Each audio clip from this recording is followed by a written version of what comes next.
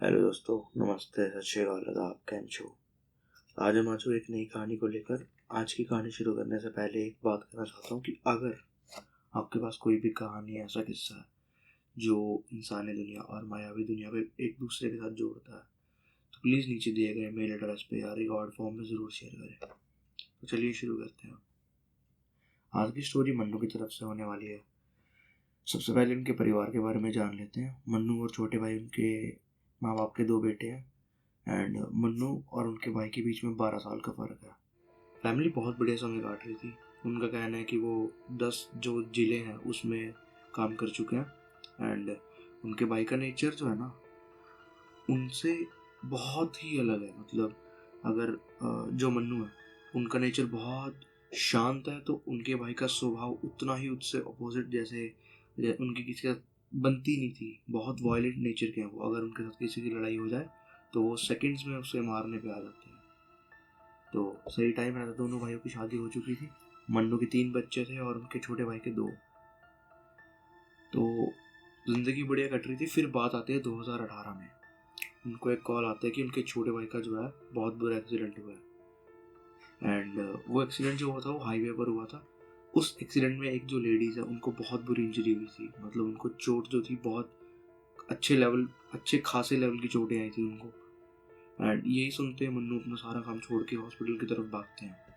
वो लेडीज़ और उनके छोटे भाई को हॉस्पिटल ले जाया जा चुका था। इसी बीच जितनी देर में मन्नू के पास कॉल गया, मन्नू अपने काम छोड़ के हॉस्पिटल जाते, इसी के बीच उन दोनों को हॉस्पिटल पहुंचाया जा चुका था। एंड मन्नू पहुंचते ही देखते कि जो उनका छोटा भाई है ना, वो इंजर्ड तो है, लेकिन उसकी उसकी कंडीशन फिर भी बेटर है एज़ कम्पेयर टू जो औरत जो एक्सीडेंट में बहुत ज़्यादा ही बुरे तरीके से इंजर्ड हो चुकी है। मन्नू ने छोटे भाई से पूछा और उन्होंने कहा कि जो जब वो रोड क्रॉस कर रहे थे, तब वो एक ट्रक आता देख के डर गई। जो लेडीज थी वो ट्रक आता देख डर गई। एंड खुद के बचाव को करने के लिए ना वो उनकी तरफ भागी। एंड इसी बीच जो उनका दुपट्टा था, वो मन्नू की बाइक, जो मन्नू के छोटे भाई थे, उनकी बाइक के हैंडल में फंस गया। तो जो चुन्नी फंसी और उसके कारण वो खुद तो गिर ही गई, साथ में मन्नू का भी डिसबैलेंस हुआ। पर मन्नू के छोटे भाई को इतनी चोट नहीं आई, लेकिन उनकी जो लेडीज जिनकी चुन्नी बीच में फंसी थी, उनको बहुत बुरी चोट आई। फिर इसी को देखते हुए पुलिस आती है, केस होता है, केस कोर्ट तक जाता है और केस चलते चलते काफ़ी टाइम हो जाता है। पर जो कोर्ट का फैसला आता है ना, वो मन्नू और उनकी फैमिली के हित में रहता है। पूरी इन्वेस्टिगेशन होने के बाद उनको क्लीन चिट देके इस केस से फ्री कर दिया जाता है, बोल के कि एक्सीडेंट जो था अजीब तरीके से हुआ। एंड इसमें उनकी जो मन्नू के छोटे भाई हैं, उनकी कोई भी गलती नहीं थी। तो ये केस यहीं बंद हो जाता है। पर फिर जब ये केस ख़त्म होता है ना, तो उसके बाद ना बहुत अजीब सी चीज़ें होने लगती हैं। जैसे कि अ, उनकी एक ऑब्जर्वेशन है कि जब वो घर आते थे ना, मतलब जो मन्नू के छोटे भाई थे, उनके जो घर आने का समय होता था, तो वो ऐसा फील करते थे कि जो उनकी बाइक है उसके पीछे कोई बैठा है। एंड उनको ऐसा लगता था कि अ, मतलब अक्सर उनको आवाज़ें सुनाई देती हैं, और ये जो वो चीज़ें वो अपने भाई और अपने पापा को बताया करते थे। तो उसी हाईवे से उनका आना जाना था और कोई उनके पास रास्ता भी नहीं था। एंड जब जो उनका एक जहाँ पे एक्सीडेंट हुआ था, वहाँ पे आके ये चीज़ें पीक कर जाती थी। मतलब कि उन उनको ये चीज़ें एक्सट्रीम में, मतलब उनको ये फील होना और उनको ये जो आवाज़ें सुनना ना, ये बहुत ऊंचे स्तर के लेवल पे होता था। फिर एक दिन सब नॉर्मलाइज हो रहा था एंड मन्नू को फिर से कॉल आता है, जो कि उन्हीं के गांव के पुलिस थाने में काम करता था। और वो बंदा जिसने कॉल किया वो भी इन्हीं के गांव का था, मतलब इन्हीं के गांव से बिलोंग करता था। वो बंदा फ़ोन पे कहता है कि आप हाईवे के पास आ जाओ, आपके छोटे भाई का एक्सीडेंट हो चुका है जिसमें उनकी जान जा चुकी है। ये सब सुन के वो खुद एक बड़े शॉक में चले गए। एंड सीसीटीवी फुटेज चेक की गई तो पता चला कि उनके भाई को एक कैरेक्टर ने रौंदते हुए, मतलब जो उनके छोटे भाई थे वो ट्रैक्टर को ओवरटेक करने की कोशिश कर रहे थे। एंड इसी के टाइम साइड से फॉर्च्यूनर आई और वो दोनों बीच में डिसबैलेंस हुआ एंड फॉर्च्यूनर जी थी और ट्रैक्टर दोनों उनके छोटे भाई को रौंदते हुए चले गए। ये खबर सुनने के बाद सब बहुत परेशान हुए। जब उनके स्वर्गवासी होने पर सबको जो घर का माहौल था ना, बहुत बहुत डरावना, बहुत भयानक था। मतलब घर का बेटा जाना कोई छोटी बात नहीं थी, उनके लिए एक्सेप्ट करना बहुत इजी नहीं था। तो मतलब फिर जो उनकी क्रियाएं होती हैं हमारे हिंदू धर्म में वो की गई एंड इस घटना के बाद मानो मन्नू की जिंदगी जो है ना वो नर्क हो गई। उनकी वाइफ को ऐसा लगने लगा कि घर में उनके सिवा कोई और भी है। मतलब उनकी वाइफ को अलग अलग एंटिटीज दिखने लगी। इस टाइम तक उन्होंने काफ़ी बड़ा डिसीजन लिया कि उनको कंपनी से रिजाइन देना पड़ेगा, क्योंकि घर भी संभालना था, पापा बुजुर्ग हो रहे थे, जो उनके छोटे भाई थे वो नहीं रहे। धीरे धीरे चीज़ें बहुत ज़्यादा ख़राब होती गई। जैसे मानो कि उनकी वाइफ पोसेस्ड रहने लगी। रात को ऐसा लगता था कि वो किसी से बात कर रही है और वो सिर्फ उनको ही दिखता था। इवन वो ये भी कहती थी कि वो देखो वहाँ एक आदमी खड़ा है, वो मुझे बहुत मारेगा। सुबह उठ के वही बात, वो यही कहती थी कि उसने कल रात मुझे बहुत मारा। जब ये बात मन्नू अपने मम्मी पापा को बताता था ना, सबका ये कहना था कि कहीं दिखवा लो।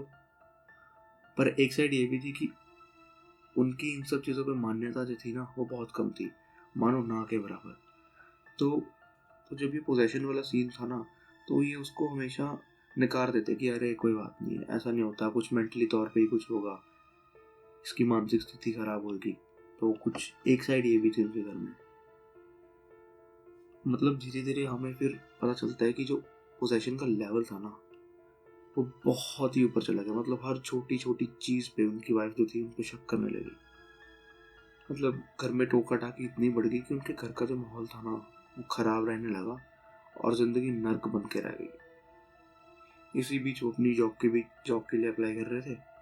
हर बार रिजेक्ट पे रिजेक्ट होते जा रहे थे। यहाँ तक कि उनके घर में जो चीज़ें चल रही थी ना, इसके बीच खबर आती है कि उनके चचेरे भाई की जो बेटी है वो इस दुनिया में नहीं रही। मतलब घर की हर चीज़ बिकनी शुरू हो गई।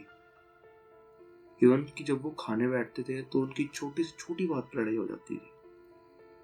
एक दिन की बात है, जब उनका मन बहुत ही ज़्यादा विचलित था, ऊपर गए छत पे और वहाँ जाके मंजी पर लेटे 2 मिनट ही हुए होंगे कि उन्हें खानों में आवाज़ आती है, मन्नू, ओ मन्नू, मेरे भाई मुझे बचा ले। ये आवाज़ और किसी की नहीं, उनके छोटे भाई की थी, जिनका हाईवे पे एक्सीडेंट हुआ था एंड उस एक्सीडेंट में वो स्वर्गवासी हो चुके थे। वो एकदम से चौंक के बोले, कौन है?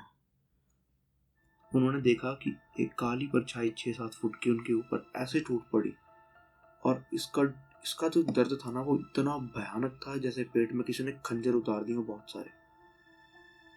रात तो बीत गई, जैसे तैसे नींद भी लग गई थी। पर सुबह उठने के बाद उनको लगा कि रात को उनके साथ ऐसा क्या हुआ, क्या किया जाए। और एक दिन मन्नू की माता जो है ना, माता जी, वो ऐसे ही घूम रही थी घर में। उनकी नजर एकदम छोटे भाई के पन्ने में पड़ती है और उन्होंने देखा कि वो काली क्रिया कर रही थी। और वो कंफर्म ऐसे हुआ कि जो उनकी पत्नी थी ना, वो जो मंदिर है उसकी बिल्कुल उल्टी दिशा में बैठी थी और वो मंत्र पढ़ रही थी और पूरी पोजेस, जैसे एकदम गोल गोल सिर घुमाना ऐसा। फिर उनके माता जी ने बिना कुछ कहे बाहर का रास्ता देखा और आ गए।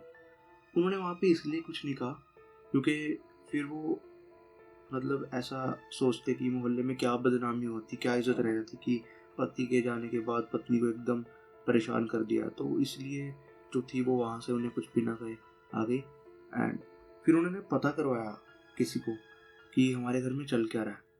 तो फिर उनको कहीं से पता चला कि ये जो चीज़ें हैं बहुत देर से चल रही हैं। बहुत सारे तांत्रिक के, जो उनकी बीवी है, जो छोटे भाई की बीवी है, वो बहुत सारे तांत्रिक के पास जाती थी और उनके कपड़े, उनका जूठा खाना लेके तांत्रिक को दे देती थी।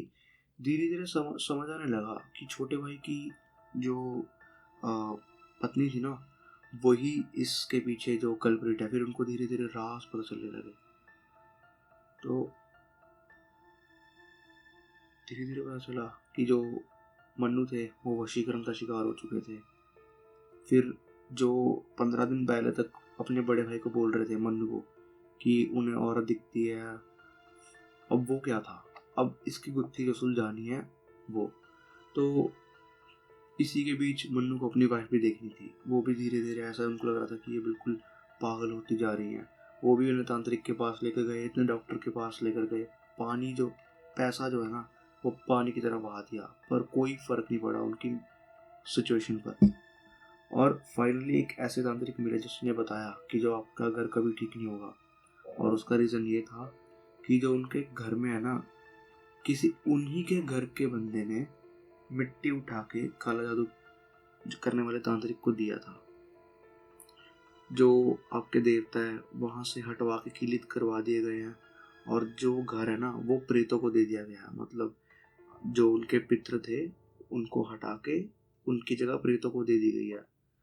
तो मतलब जो पूजा पाठ जो हो रहा है ना घर में, वो सारा प्रेतों को लग रहा है, ना कि भगवान या कुल देवती जो कुल देवी देवता होते हैं। तो बहुत मिन्नतें करने के बाद इनको एक सोल्यूशन बताया गया। जो खर्चा होने वाला था वो बहुत मोटा होने वाला था। फिर एट द एंड जो पहले चल रहा था आज भी वैसे ही चल रहा है। इस चीज़ का उनके पास अभी भी कोई सोल्यूशन नहीं है। तो दोस्तों ये थी हमारी आज की स्टोरी। अगर आपको पसंद आई हो तो please like share subscribe. And अगर कोई भी अगर आपके पास खुद की स्टोरी हो या कोई भी ऐसा इंसिडेंट हो तो प्लीज़ आप नीचे दिए गए मेल या फिर इंस्टाग्राम अकाउंट जो नीचे डिस्क्रिप्शन में, वहाँ पे आप डीएम्स में भेज सकते हैं। तब तक के लिए टेक केयर, मिलते हैं जल्दी एक नई वीडियो के साथ।